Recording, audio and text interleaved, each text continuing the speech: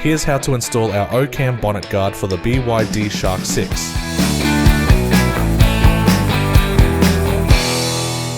Lay out all the hardware and familiarize yourself with the kit. Hold up the bonnet guard to the hood and identify where to mount the screw grommets. Install the large black screw grommet in the middle and the small white screw grommets in the first inner openings on the left and right hand side.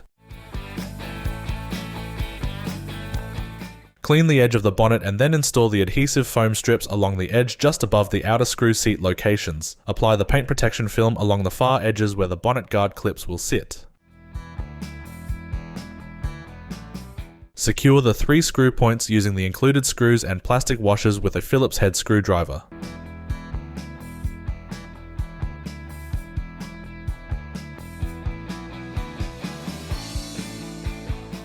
Attach the outer bonnet guard clips. Note that the serrated side sits at the bottom. Push the clip onto the bonnet guard until it clicks into place, then slide the clip onto the protected part of the bonnet.